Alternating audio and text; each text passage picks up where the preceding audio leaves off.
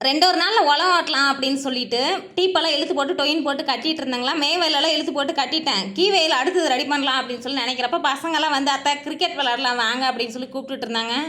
"தம்பி விளையாடுற வயசெல்லாம் தாண்டிட்டுனா, ஒரு நாள் 6 நாள் விளையாடலாம். தினைக்கெல்லாம் விளையாட முடியாது" அப்படின்னு சொல்லிட்டு இருந்தேன். "வாங்க அத்தை, நாங்க இன்னைக்கு உங்களுக்கு ஹெல்ப் பண்ணி நாங்க இழுத்துட்டு போறோமா இல்லையான்னு" சொல்லிட்டு இருந்தாங்க.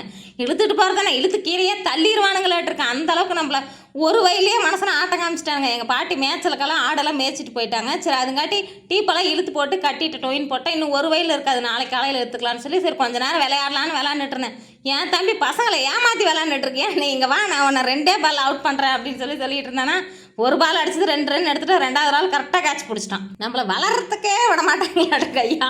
இப்போ வர கொஞ்சம் வெயிட் போட்டனாட்டு இருக்குது, ஓடவும் முடியல, ஒன்றும் பண்ணவும் முடியல. எங்கள் பாட்டி பொழுது சாயிற நேரத்தில் பார்த்து கீரைலாம் பொறுக்கி ரெடி பண்ணி வச்சுருந்தாங்க. புளிச்ச கீரை எனக்கு, எங்கள் அத்தைக்கு, எங்கள் அம்மாவுக்குன்னு 3 பேர்த்துக்கு பங்கு போட்டு வச்சுட்டாங்களா.